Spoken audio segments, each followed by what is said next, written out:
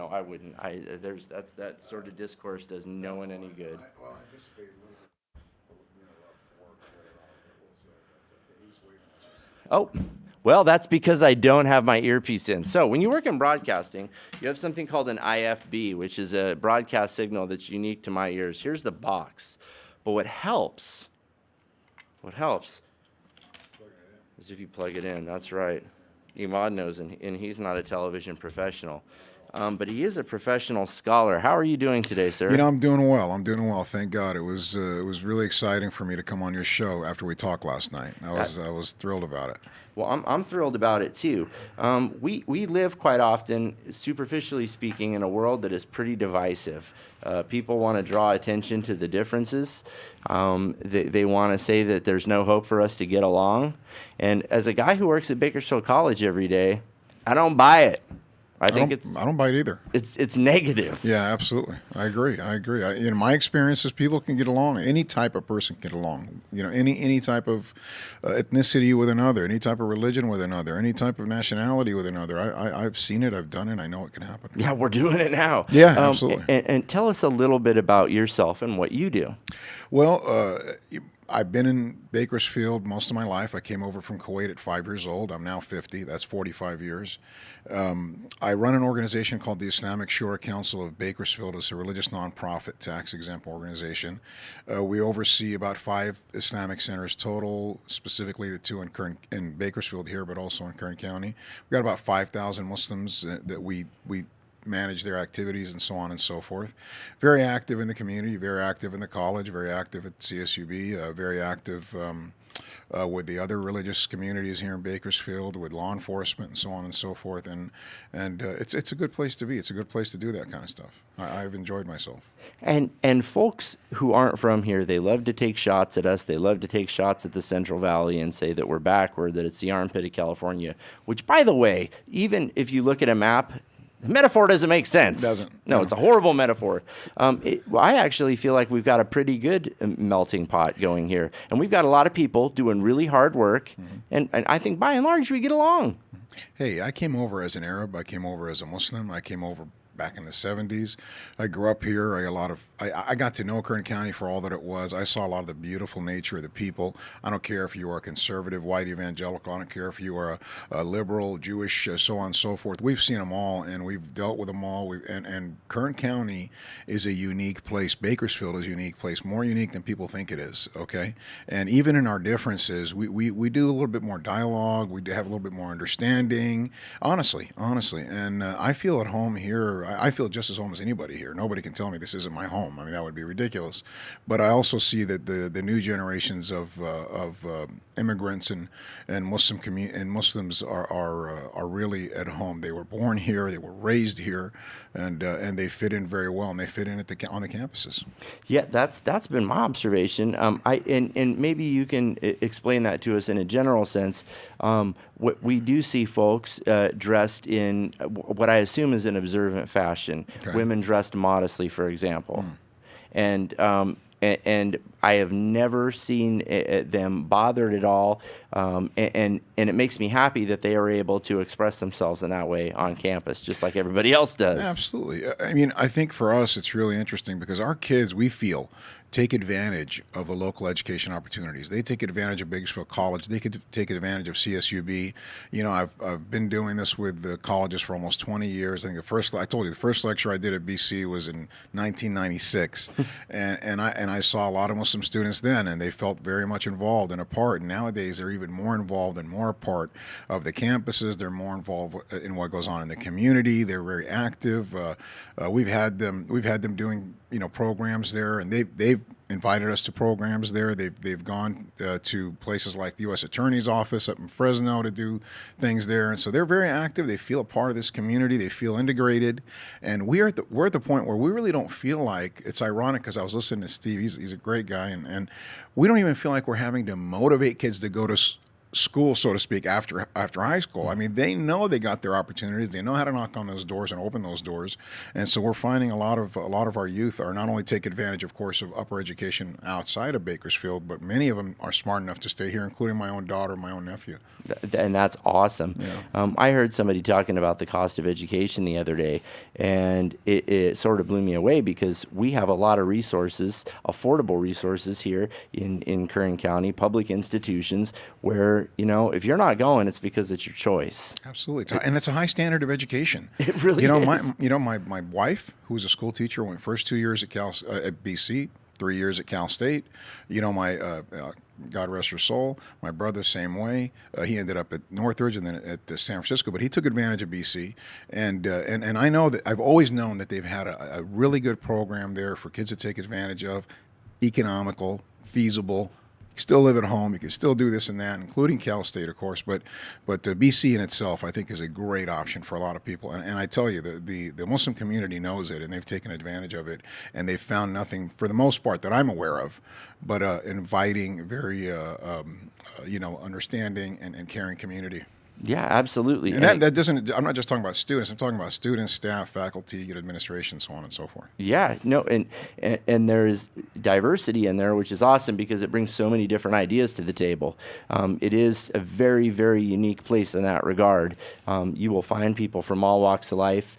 If you're curious about another culture, you really don't have to walk too far at BC. If you're curious about another discipline, we probably have somebody who's an expert on it. Right. I agree. And I told you, I have a lot of friends there that are professors, and they're from, they got all kinds of different feelings about issues and politics and so on and so forth. But I like the way they do it, and I like the way they approach us, and I like the way they approach the students and the way they engage them. And we just don't, I haven't had at my office a lot of complaints. They're really doing this to me, and this professor won't allow me to do that, and because I wear the hijab or because I'm this and the other, I want to do my prayers. Nothing like that whatsoever. And educate us on that just a little bit, because it sounds like it may happen other places. What is a hijab? Well, a hijab is an Islamic. It's a covering. It's for modesty and whatnot, but it's taught in the Quran and it's taught in the traditions of the Prophet Muhammad, peace be upon him. And it's all about covering the areas that would be, that would create people looking at you and so on and so forth. And so women will wear loose-fitting clothing. They'll most of the time it'll come down to their wrists and their ankles, and of course they'll cover their hair. Now coloring, they don't have to be black, they don't have to be blue, they don't have to be red, they could be any kind of color. It's more about really how you wear your hijab, and hijab is everything. It's kind of, we have a certain amount of covering that we have to do as men as well. It's not like women, but it is considered mandatory upon us. And so it is a religious duty. Most women do this because they want to do this. There are some women that it's a cultural thing or family issues or whatnot. Most women, if you go up to them and say, why do you wear the hijab, they're going to tell you, because my Lord commands me so, and I want to be modest, and I want to be this, and I want to be that.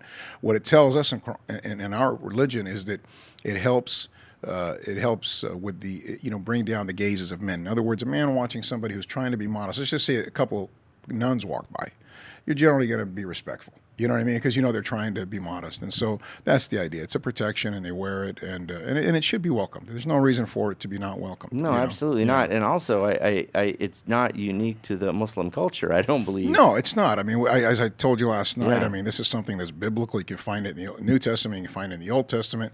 You can still find a certain level of conservative, modest dress in Christian cultures here in the United States if you look around. Absolutely. You really can, and you could find it almost mirroring what you're seeing in some of the Muslim ways that they dress. And so this isn't anything unusual. I think it's becoming unusual because people are making it that way, and they need to stop doing that. They do, because I was thinking about this morning, and you and I had unfortunately our viewers couldn't be a part of it, but you and I had a compelling conversation last night that gave me a lot of pause and a lot to think about. And I was thinking about how it's unfortunate that people of the Muslim faith, which is huge. I mean, are there 1 billion practitioners? Almost 2 billion. Yeah, there you go. Yeah. are judged by the actions of very few, because Americans certainly don't want to be judged by school shooters. No. Would it be fair? We had from someone 46 school shootings this year alone already. Yeah, right. You know? So, and that's far more than other incidents that cause prejudice to other folks. But the thing that's funny to me is, like, I would be deeply hurt if I went to France and someone said, "Oh, I don't really want you to come into our school to talk about America, because you guys, when you go into schools, Yeah, something up with that, right? Exactly. Yeah, Right. Yeah. I mean, you got 300 million Americans. You have a few people out there that just something's wrong, something ain't right. They got a thought process that isn't right, and so they're doing things that, for whatever reason, they've been motivated to do. I think you're right. I think that if we lump everything together, which is to say, all the political machinations here and abroad, especially abroad, and all these countries that have a lot of oppressive dictatorships, they got wars, they've got matters like I talked to you about, like drones and things like Sure. that are part of their daily life. If you put everything together, and then you find that the extremists and those that push this extremist ideology are this really small number and small contingent and so on and so forth. And yes, they can attract some people and whatnot, but 2 billion people, 2 billion folks, and a lot of nations that leaders are bad and so on and so forth. You push the American public the wrong way, they push back. Okay, For sure. And you just wonder why people think this is a big pushback, but it's a sensationalized pushback. Yes. So in other words, the media focuses on all these events. They hyper focus on them, in Right. all honesty, and then they turn them into something that looks like it's in your backyard, but it's Yeah. not in your backyard. You're more likely to get struck by lightning than you are by a terrorist. Absolutely. You know what I mean? And so I think those are, we got to be realistic. And I told you one more thing. I said the one thing I'd like us to do, and I talked to people like some of our mutual friends and whatnot, is that it's back. We need to get back and change this narrative, and get it back to a real decent talking narrative. You know what I mean? Not this just constant, why are Muslims this and why are Muslims that? We don't own any of these issues. These are not just unique to us. Trust me. No, You know what I mean? they're not. And when we use that term terrorist, it is absolutely unfair to apply it to folks of Arab descent or practitioners of the Muslim faith, or adherents to the Muslim faith, because for the same reason that we said before, there are people here in the United States, very unfortunately, and it struck us in the community college family recently, that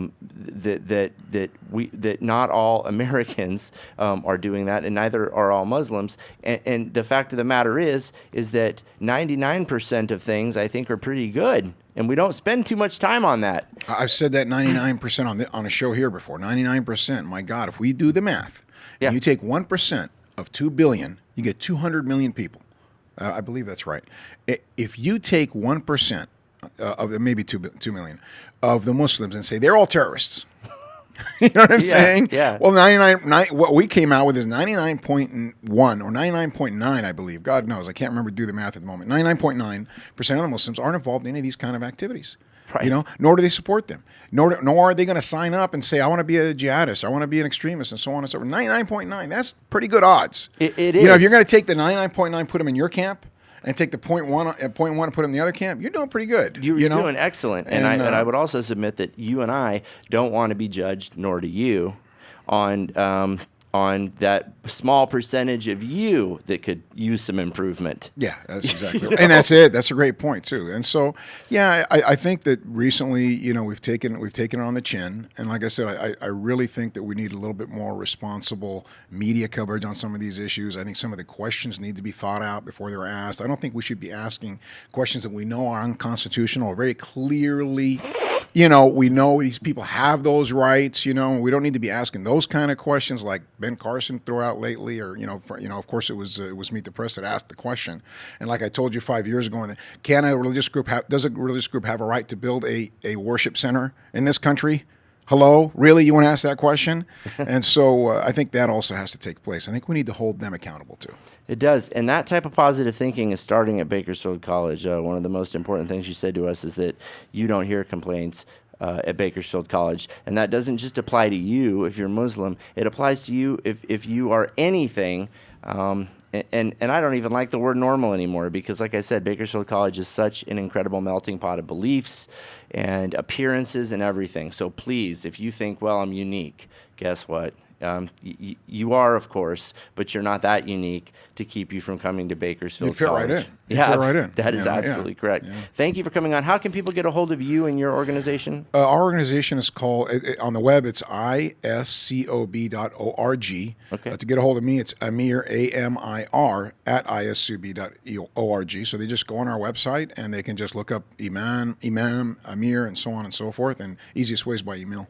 Well, that is awesome. Thank you so much for being on this Thanks show. for having me on the show. Absolutely. Okay. Please stop using any excuse you have. It's no good. We have Mr. Watkin. We have other people who are ready to receive you and help you change your life and become a more positive member of the community. For the entire Success and Equity on BCTV team, I'm Francis Mayer. Thank you for watching.